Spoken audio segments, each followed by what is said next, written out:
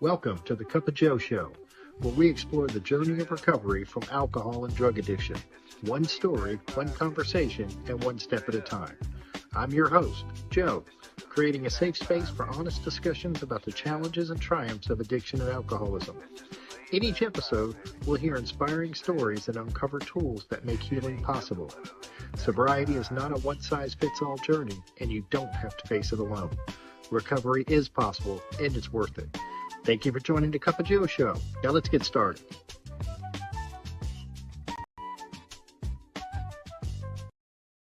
Hey, everybody. Welcome back to the Cup of Joe Show. I'm your host, of course, Joe, and today I'm very excited to have my guest, Robin G.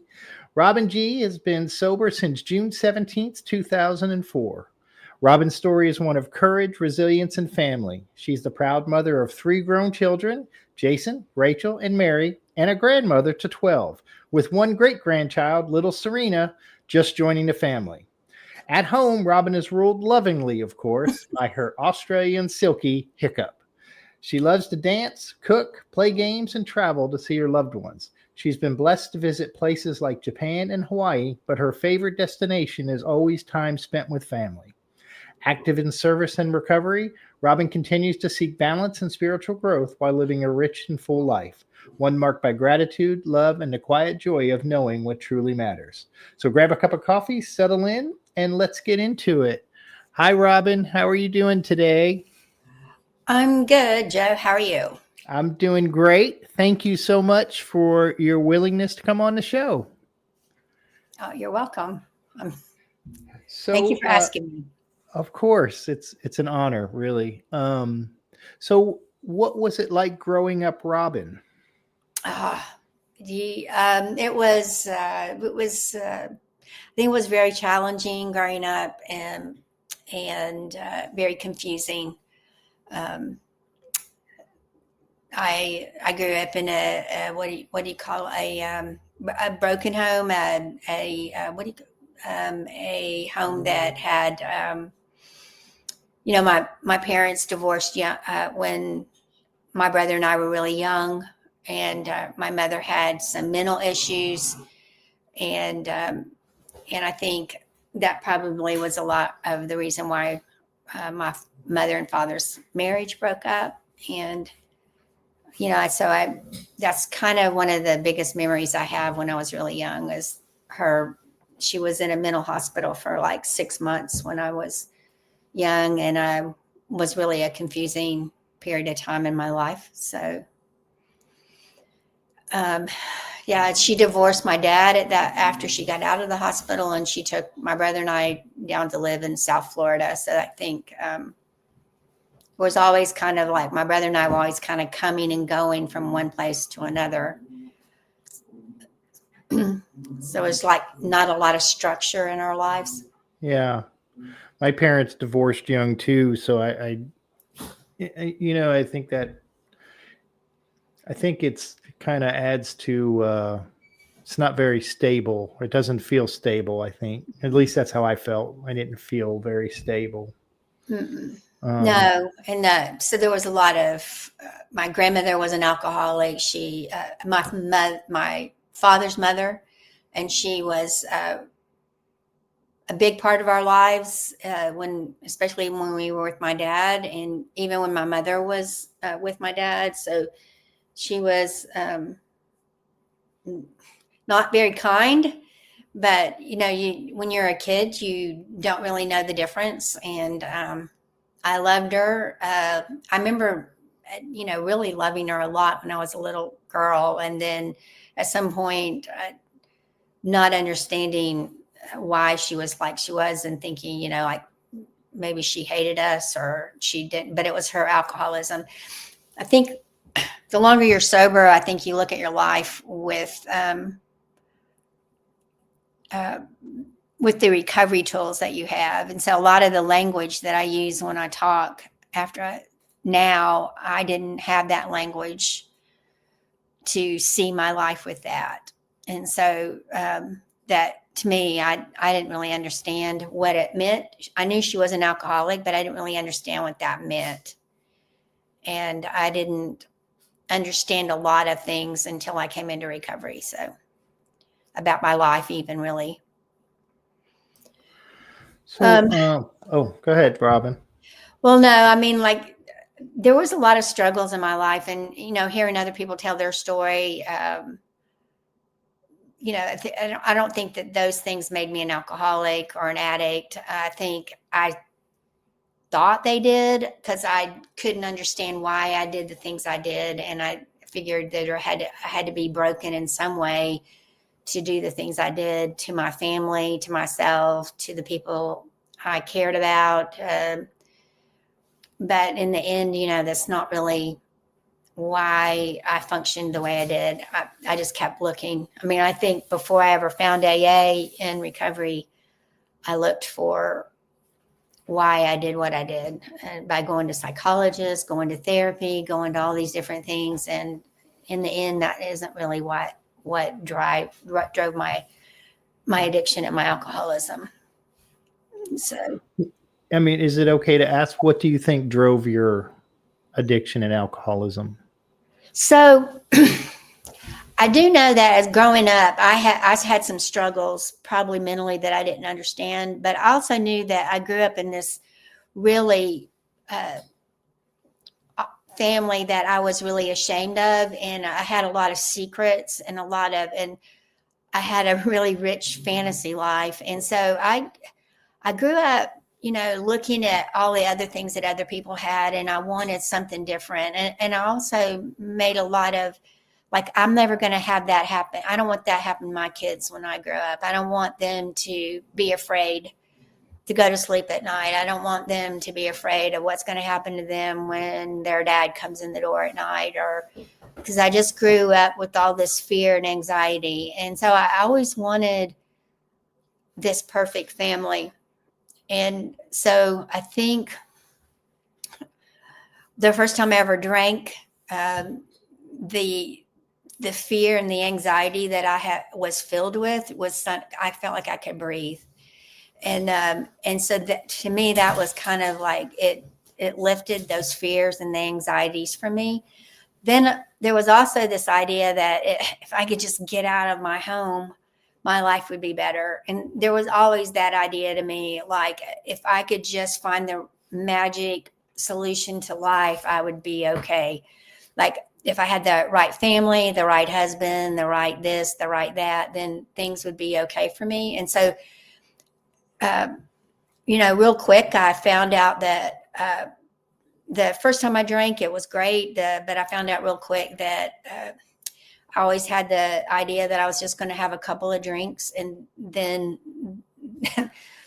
after I had a couple of drinks, I thought, I think I need another drink because that's going to make it better for me. And I need another one because that's going to make it better, and that's going to make it better. So I met my husband to be around 17 years old, and he was everything that my father would hate, but he was everything that I thought I needed. And he had long hair, wire rim glasses. He was a hippie. He offered, his family was everything my family wasn't. So it was like, to me, it was like this magic thing that came at right the time. So he introduced me to a lot of other things. He taught me about life, really, because I married him when I was 18 years old. He was 21, and I thought he knew everything that I didn't know. And he did pretty much. And we did a lot of fun stuff for 3 years before we started having children together. So I think addiction did for me for a long time what I couldn't do for myself. Like it made me feel like I could function better as a wife, function better as a friend, function better as a mother, function better. Like whatever was broken inside of me, addiction fixed it for a really long time until it didn't. Yeah, I always think of, like, in the first step, like, alcohol made me powerful and helped me manage my life, for a long time. And it sounds like you had a similar experience. So you're married and then you start having kids. Was Mhm. your addiction and alcoholism escalating at this time? Uh, oh, yeah, yeah. But I didn't really think I knew that until I tried to stop. So so like I said, I wanted different life for my kids than I had growing up.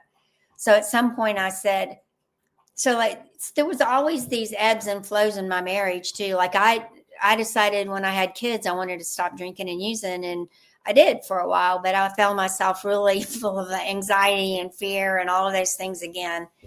And and I find myself sliding back into needing something to fix those anxiety and fears. I did get diagnosed with a mental illness, but I didn't really understand what it was. And so for a long time, I fixed some of those anxiety and fears with the medicines the doctors gave me, but I was misdiagnosed.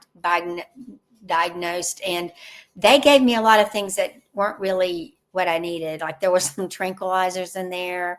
There were some other things in there. And I found that anytime I felt really intense feelings like anger or any of that stuff, instead of taking it the way it was prescribed, I would just like pour a whole handful of pills and pop them in my mouth. And so it wasn't until I really started trying to stop using and drinking that I realized I had a problem, because I would set dates, just like it's in the literature. I'd set dates. We were married on January 1st. I would say, we're going to celebrate our anniversary. And I'd tell my husband, I'm going to stop drinking and using after we celebrate our anniversary. And after a few of those, he just didn't believe me anymore. And, it just became increasingly more difficult for me I couldn't stop. I couldn't stay stopped ever. So that's kind of what led me into recovery was in 1987 was the first time I entered the rooms of AA. And you've got my sober date there. It's June 17th, 2004. I wasn't very successful at staying stopped, even after I found the rooms, unfortunately. So, what brought you into the rooms what made you decide to go in at that time? In 1987? Yeah. So The first time. I'd started using some cocaine with some people that lived near me, and I found that I couldn't successfully use that very well. And I asked somebody, how do you stop? And they said, drink a whole bunch of alcohol. And so that's when my alcoholism just really hit hard. I started finding myself hiding it from my husband, hiding it. And I saw myself in a toaster, my reflection, drinking out of a paper bag and chasing it with ice water like my grandmother drank. And knowing that I didn't want to be her, and seeing that I was, and hiding, like having to drink before I could eat dinner with my family, and having to drink before I could cook dinner with my family. And then the blackouts started, and, just had a really bad experience. My husband liked to drink this nasty stuff called chartreuse.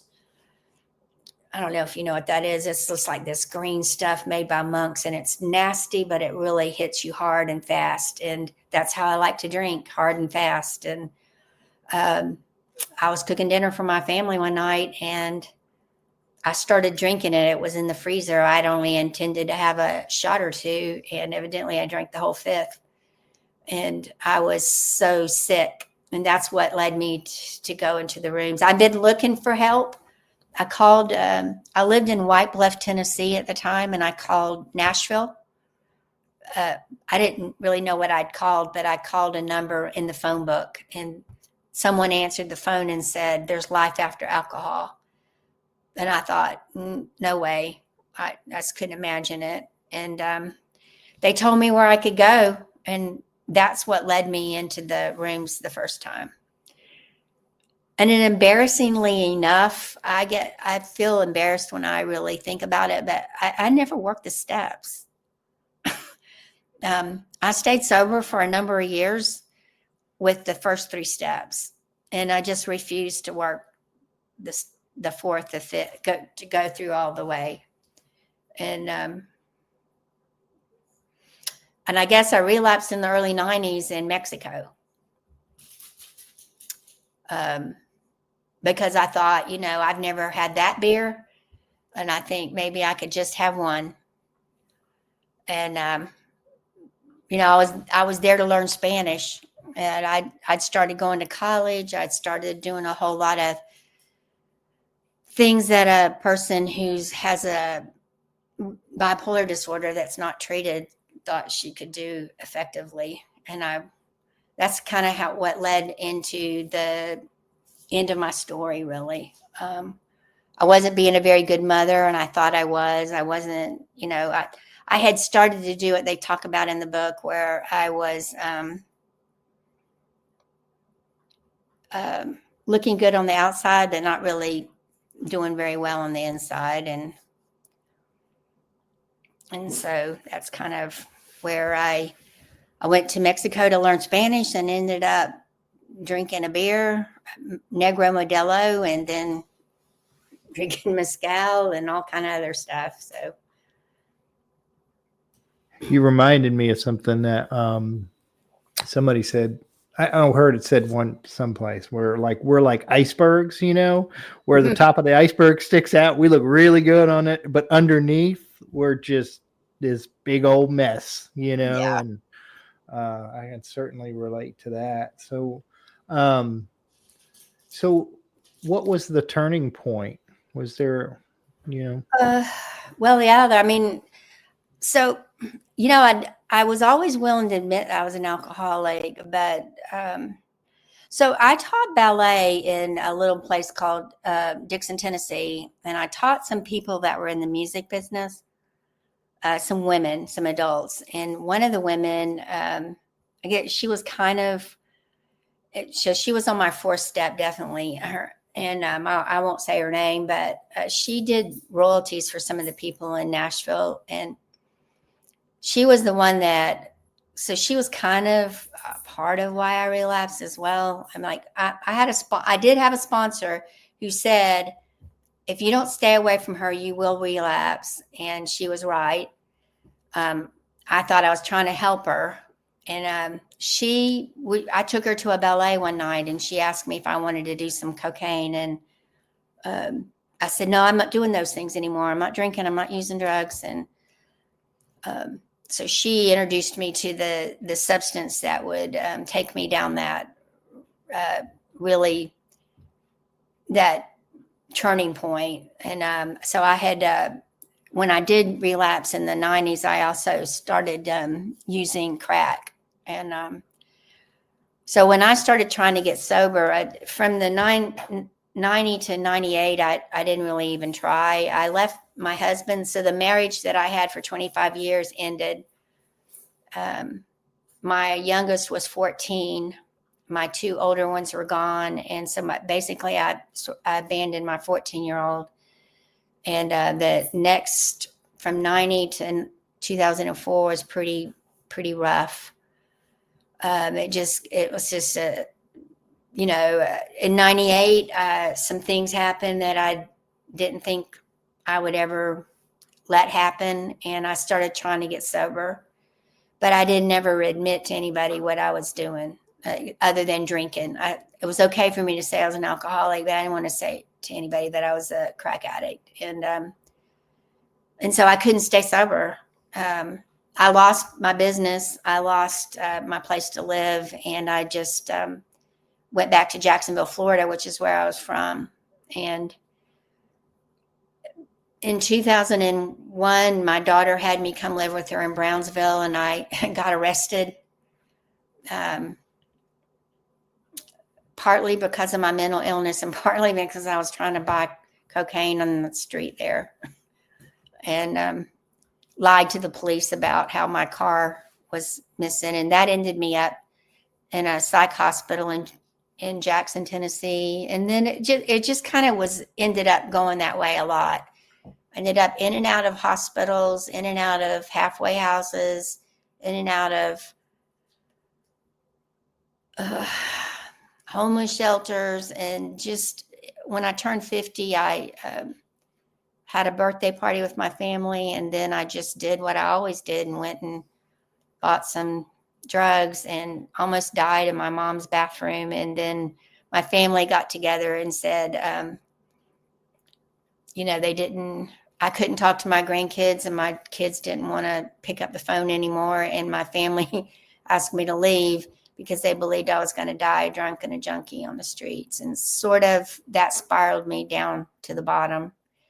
And I guess if I could just really say anything is I never could stay clean and sober for anybody like I wanted to. I wanted to stay clean for my family. Every time I would go out on a binge, I would come back and I'd have all that guilt, remorse, and shame. And I would make promises to them that I believed.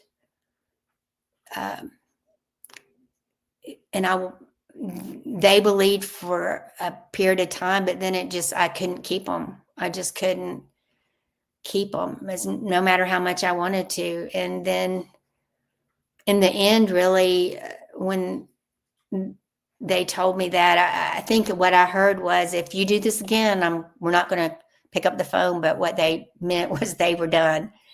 And what happened was, I guess I stayed clean maybe about 6 months. And I was in a homeless shelter for people that have mental illness, drug addiction, and alcoholism. And I left there against medical advice, and I had my last relapse. And it was in end of May of June of 2004. And that bottom maybe wasn't the worst bottom I ever had, but it was the one that I knew, this is how you're going to die. You're going to die out here by yourself on the streets because you can't stop once you start. You can't stop drinking. You can't stop using, and your mental illness is going to kill you too. Because I abused everything. I abused my meds. I abused alcohol. I abused drugs. That it just didn't matter what it was. I wasn't honest with my doctors. I wasn't honest with anybody, not myself either. And that's kind of that. I had been with this drug dealer guy, and when I hit that bottom, it's like it talks about in the literature. I didn't know. I just didn't know. That says that in the literature, you either. I didn't know how to stop on my own, and that I just kind of felt like either I asked God to either kill me or help me. And I haven't used since that night. It's like He took my desire away, but it was a struggle for the next year. I ended up, my brother took me to a place called Tenbrook in Jacksonville, Florida, and that's kind of when the things started to change for me. It was a doctor that helped me. He was in the program, and started to help me with my mental illness, and I went into an intensive outpatient program there. So kind of things, that's kind of where my story started to change. I don't know if it it just took what it took, really, for me. My family didn't. I thought that it would be great to call him from the detox, to call my daughter Mary from the detox. I called her and said, hey, the detox is different this time. And Mary said, Mom, in 1998, I forgave you everything, but I can't do it anymore. Please don't call me. And I was upset. I was devastated by that. And the guy that was running the program said, why would they want to talk to you? You've not shown them anything that would make them want to believe anything you've got to say. And so, people told me to get out of the problem and then a solution. I wasn't quite sure what the solution looked like, but I became willing to take direction.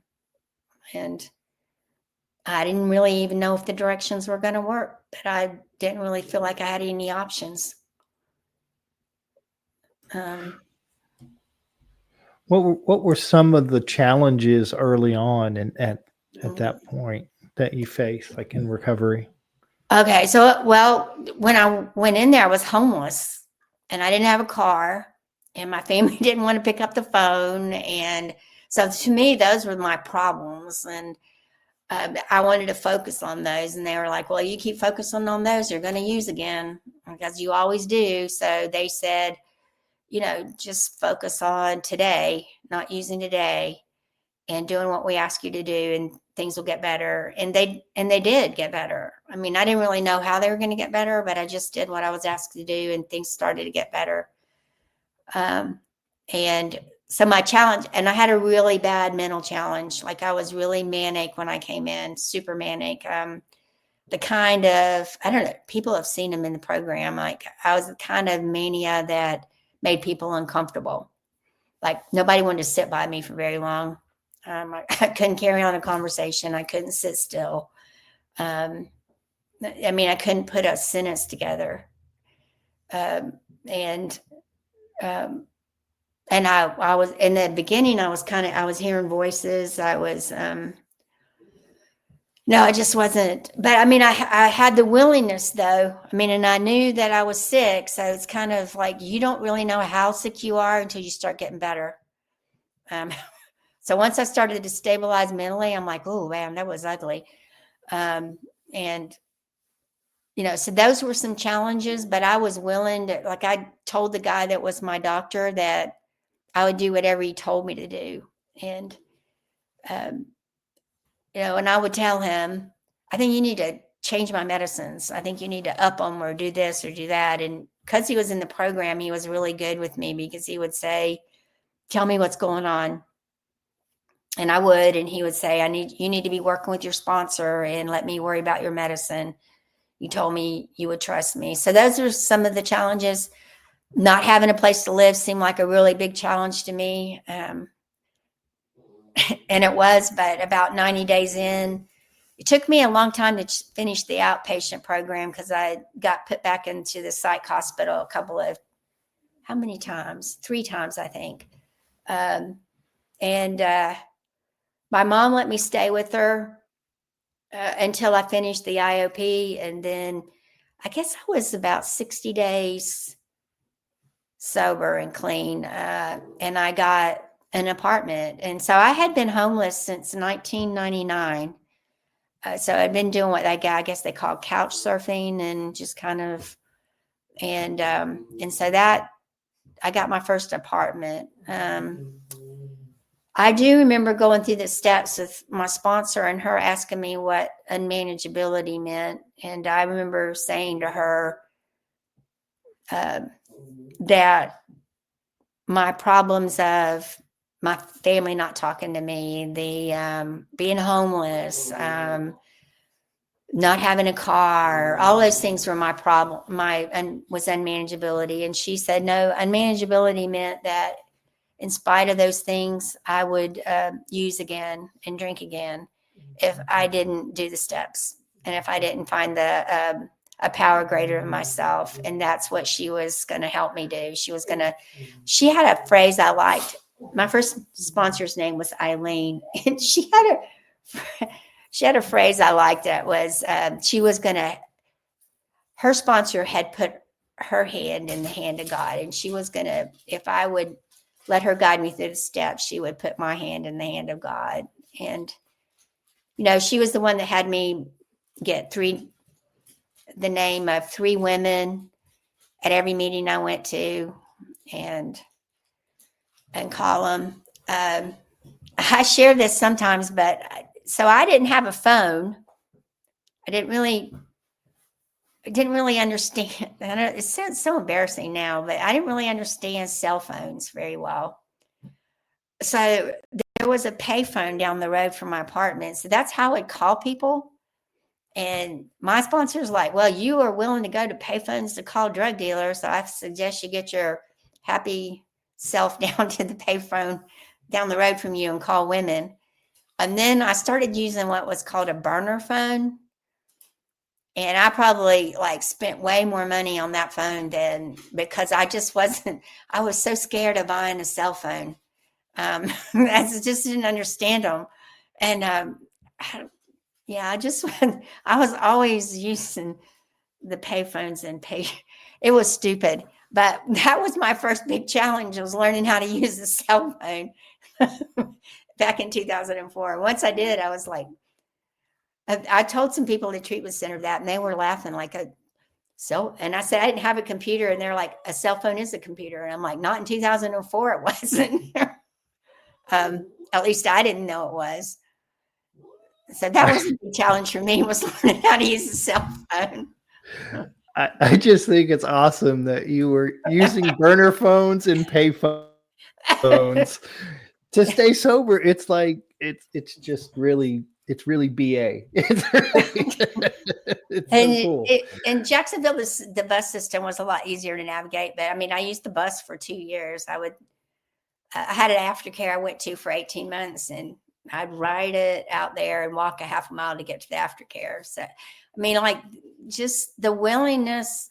I love it that what it says in Bob's story, if you put half as much into your recovery that you put into your drinking and using, that you can do this. And that was what I was willing to do. I was willing to work as hard on, because I was really willing. I could do anything when I was trying to do the other way of life. And so I just put the same amount of effort into my recovery. The next snag that I hit was when I moved to Knoxville after I was sober for 4 years.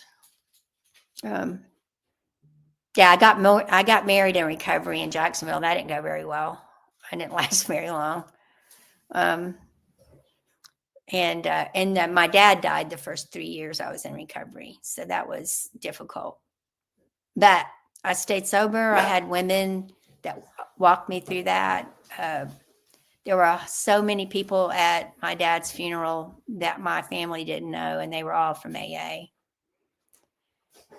So that was wonderful. What brought you to Knoxville, Robin? So after a while, of doing this way of life, and my kids seeing, that I was changing, they invited me here. And I think, gosh, that was another thing. That the first year of my recovery, that I went to an AA convention, and the sponsor that I have now, Heather Gonziano, her sponsor, Pat Yo, spoke at that convention in Jacksonville, Florida. I didn't know that, but she spoke at that convention. And there were a lot of women that spoke at that convention. Another, Polly P, spoke at it. Those women were like, changed my life, and their stories taught me how to make amends to my kids. Polly P especially, she talked about being a bad mother,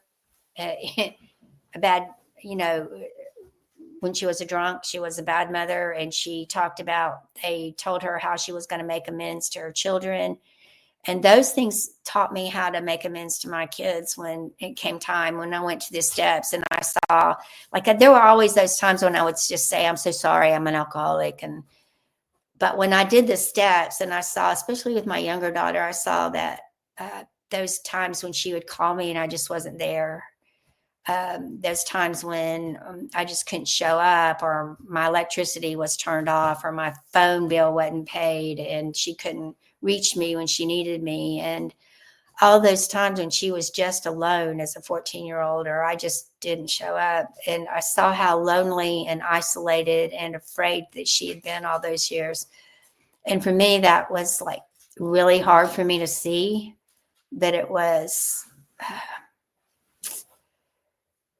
so much when I finally was able to talk to her and say, I never realized how scared and lonely you were when I was drinking. And there's no way I can ever make that up to you.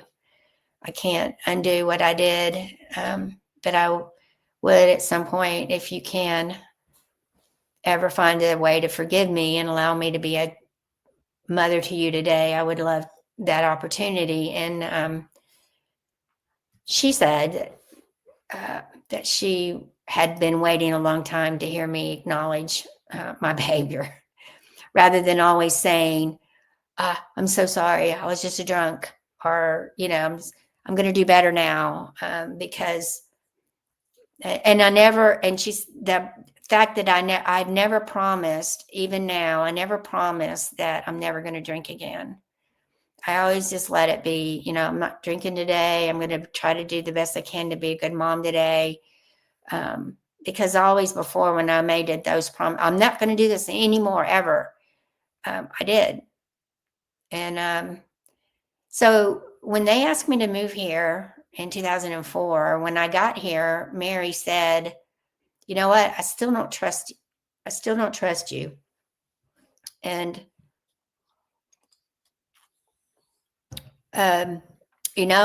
because of those women, those strong women that had taught me about recovery in Jacksonville and some of their stories, I was able to just say, you know what? That's okay. That's okay. I haven't, earned the right for you to trust me yet. And Mary said it gave her the freedom to heal or feel safe with me around.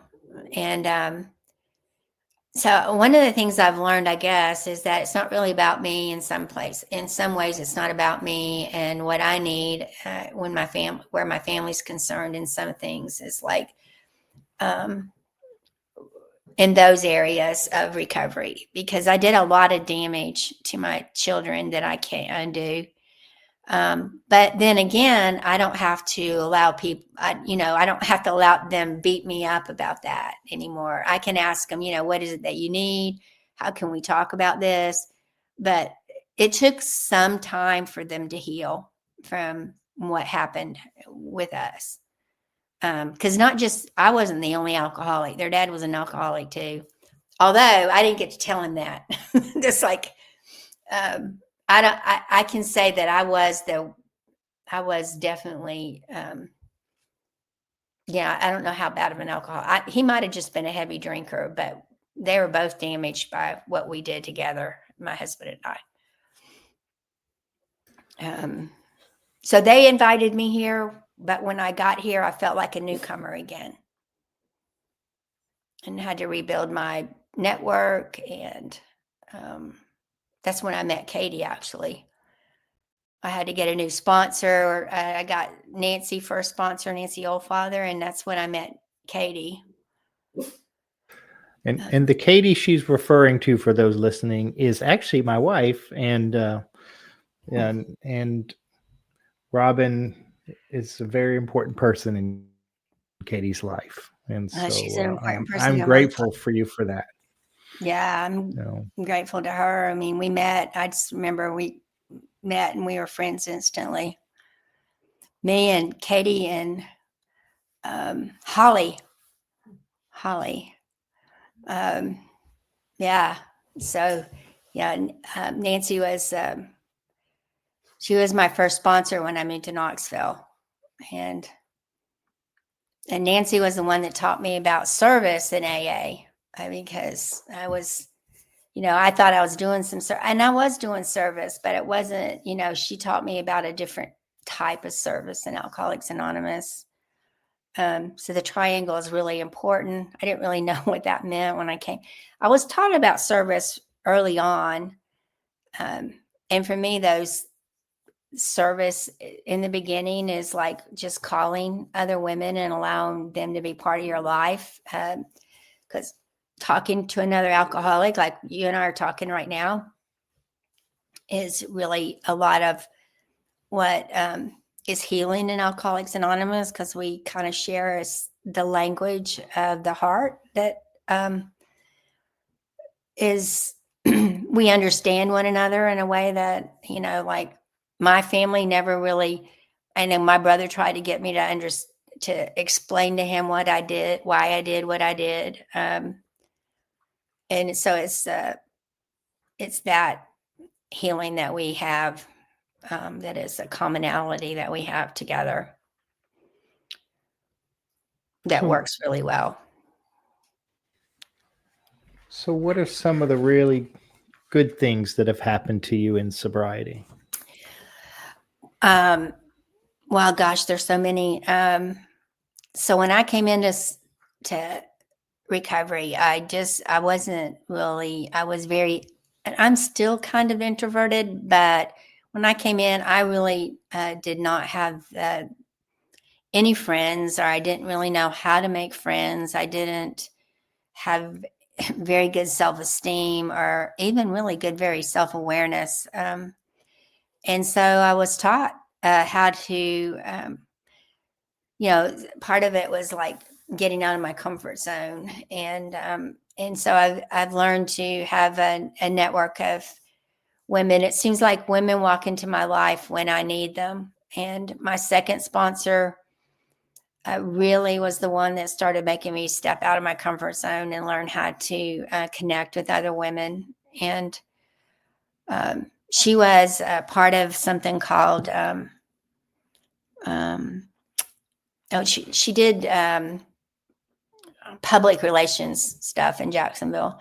So she wanted me to come and help her at one of her things. And I'm like, I don't know if I can do that. And she's like, yeah, you can do that. You need to get a black skirt and a white top and show up. And I did. And she invited me to a banquet in Florida, and I'm like, I can't do that. And she's like, you can do it. And it's the first one I wouldn't go to. The second one I did, but I walked in the door and froze because I just felt like I couldn't be in with all those people in a big room. And she, I sat with them, and and then she wanted me to go to women's meetings, and I wouldn't do it because I just, like, I don't need to be in women's meetings. And then I did. And then I went out to eat with women, and I just felt like I didn't belong or fit in with those women. And it wasn't, I used to think it's because I didn't like women, but I think it was because I felt threatened or I felt insecure in my own skin. And so for me, part of what's changed and what's helped me is that I've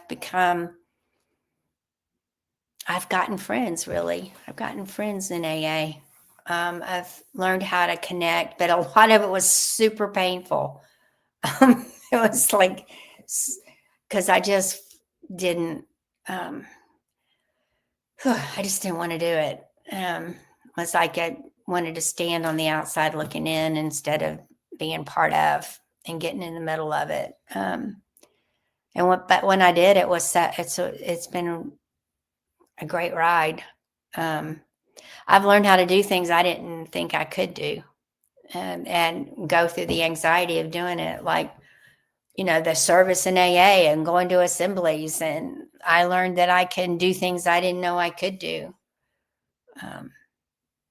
And that was things Nancy did that to me. And Nancy just threw me in the water. It's like sink or swim, Robin. And I did it.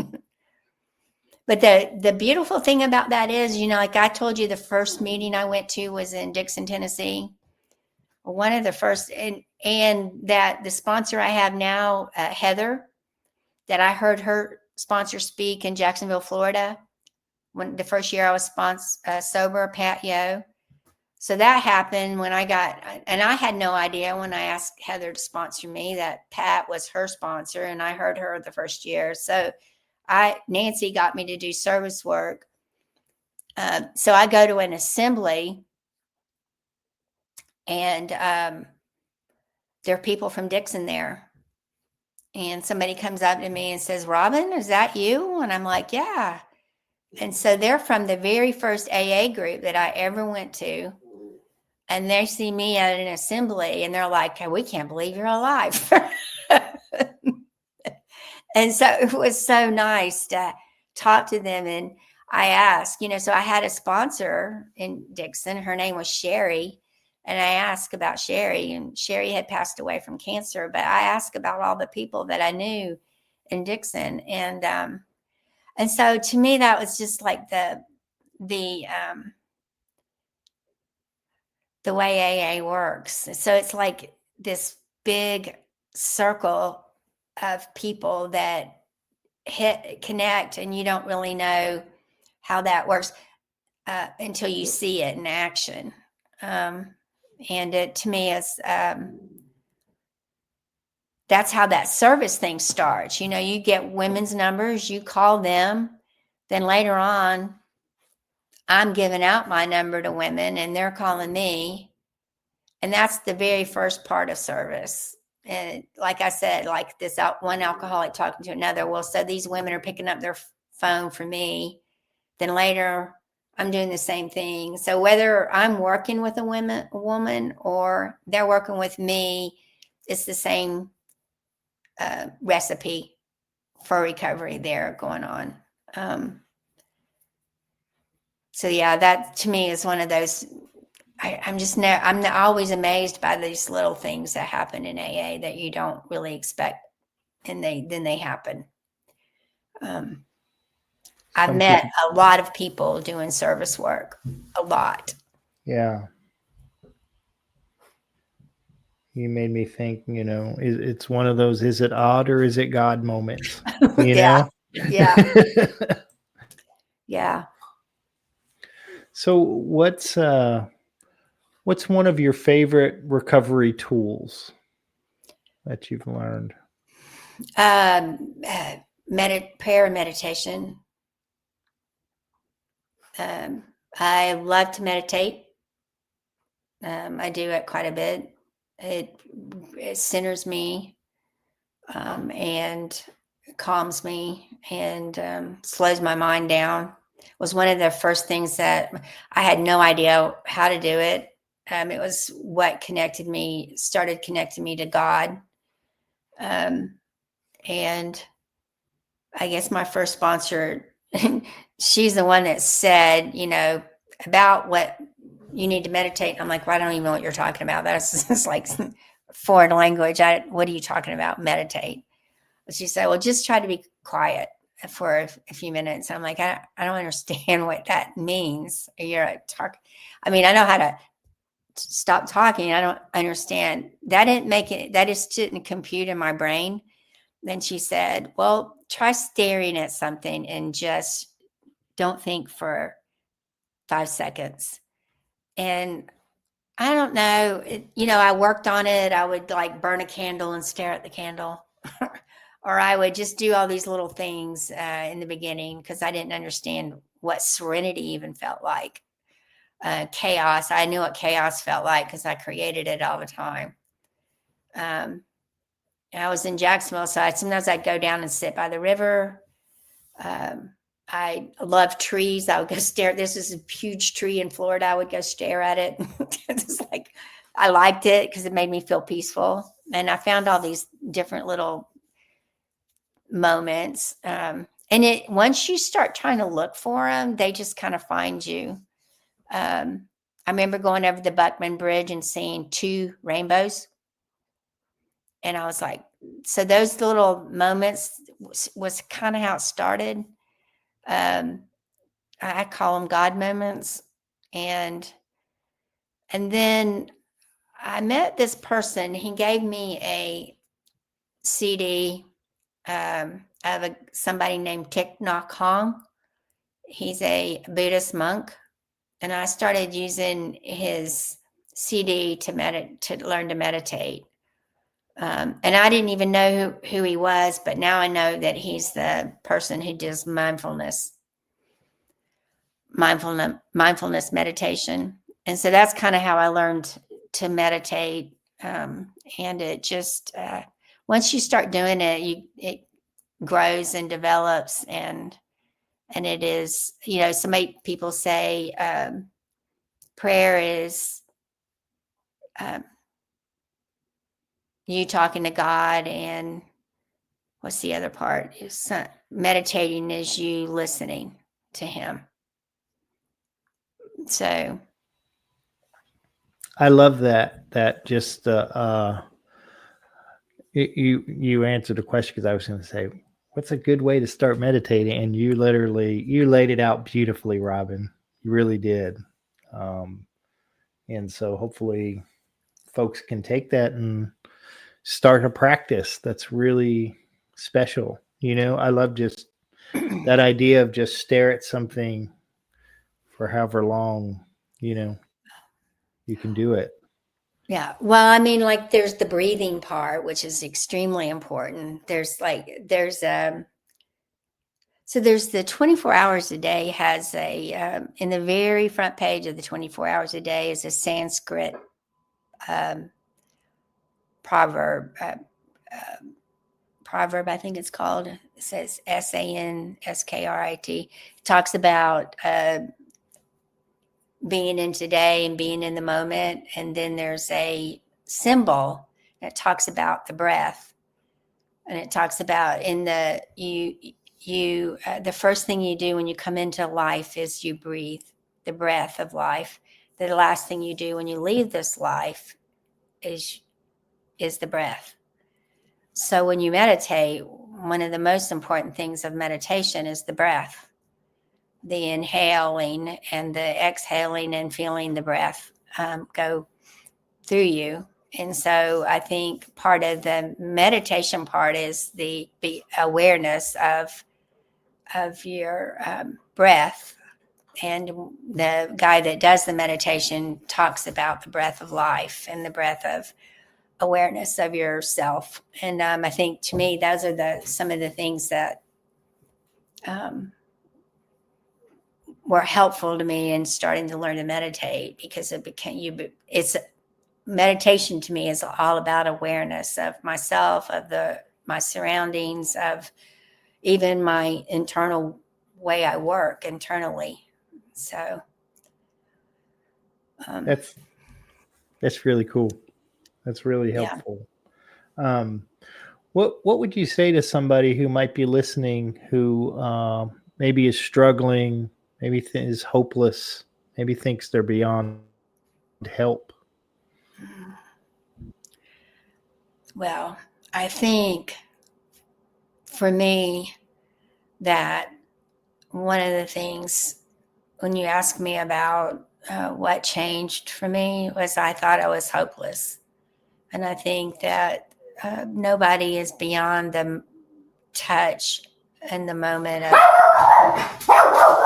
oops, sorry about that.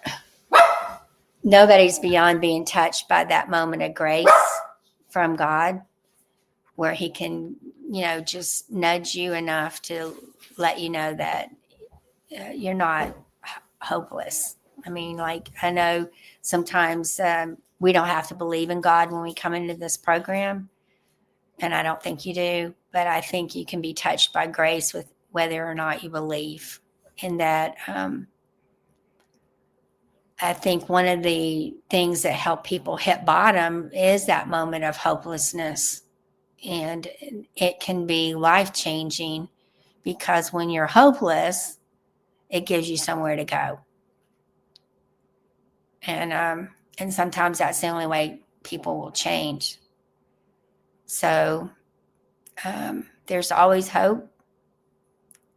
For me, if I was able to change, I think that one of the most powerful things that happened for me was when I went into the detox. I thought, I knew I had that moment where I knew I was either going to die or change. But then I went into detox and I'm like, I don't know, maybe my mind started racing. I don't know if I'm going to make it. And then this guy told a story. He came in just at the right time and he told his story. And I'm like, he said to me, or I thought he said to me, he said, you know what, if somebody like me can recover, there's hope for anybody in this room to recover. And I remember my mind stopped racing just long enough to hear what he said. And I thought, I'm going to believe what he said. I'm going to believe there's hope for somebody like me to recover. And I think that's what we get in the rooms. It's like, if we can just listen long enough to hear there's hope for anybody to recover. And I think that's the magic of AA or NA or any AA 12-step program or any person that recovers. Because, we're not any of us really unique. We think we are.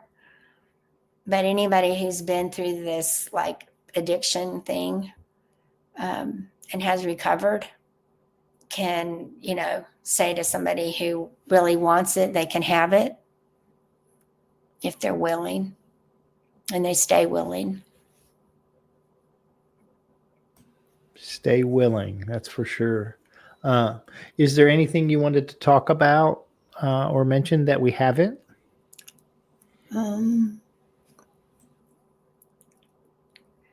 I just think that every day I'm really, really grateful that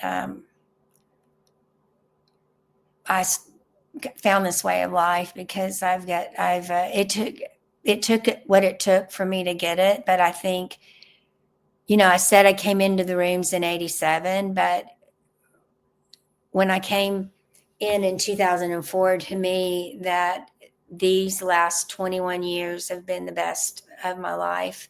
So I sit sometimes and have conversations with my kids, and especially my youngest one, Mary, will look at me, and sometimes in her eyes will fill up with tears. And I'm like, what are you doing? What's going on? And she's like, sometimes I look at you and I think I thought you were going to die, and I can't believe you're in my life right now.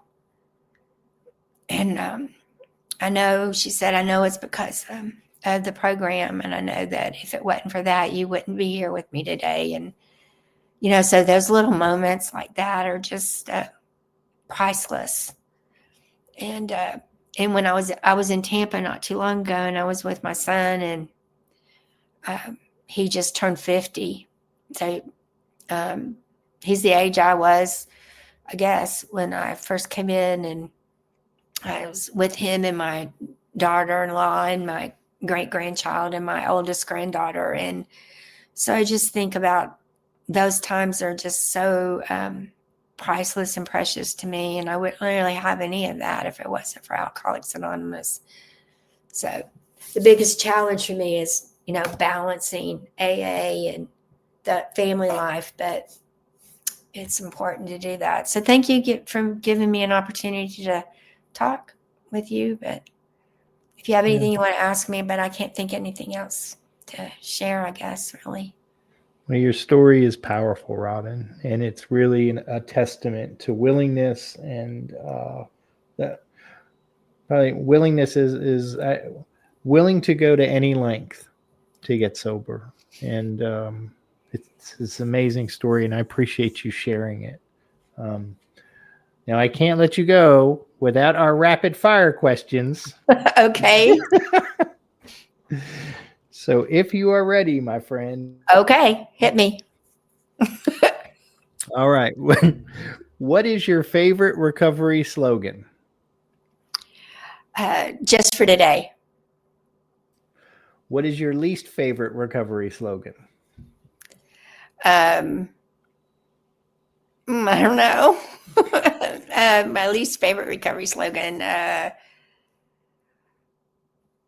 gosh, my least favorite recovery slogan. Live and let live. I don't know. What do you think is your sobriety superpower? Just showing up. If you could say one thing to your former self, what would it be?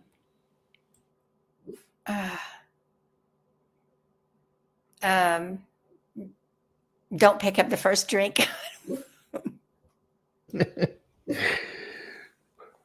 What song do you play to lift your spirits when you need a boost?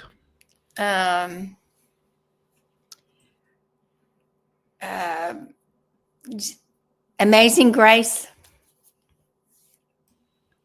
Great song. If you could grant yourself one wish to help with your recovery, what would it be? To help with my recovery, I would like to meet Bill Wilson.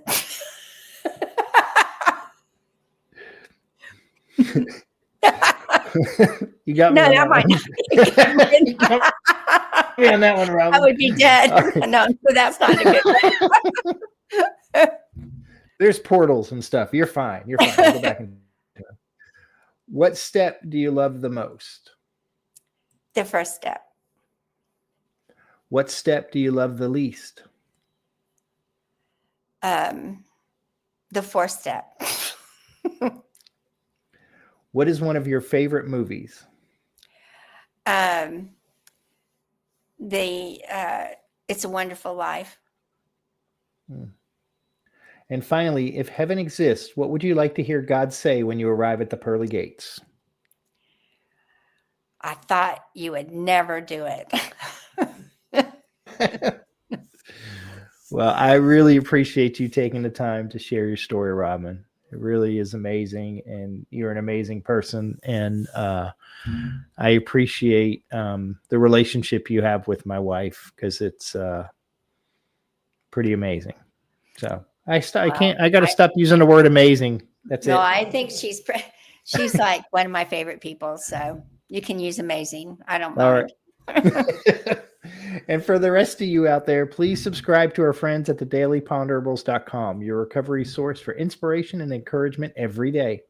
A new episode of The Cup of Joe Show is released every Thursday at noon. Visit thecupofjoeshow.net, or you can listen to the show on your favorite podcast apps: Podbean, Apple, Spotify, YouTube, and others. Just search for The Cup of Joe Show. Don't forget the "the."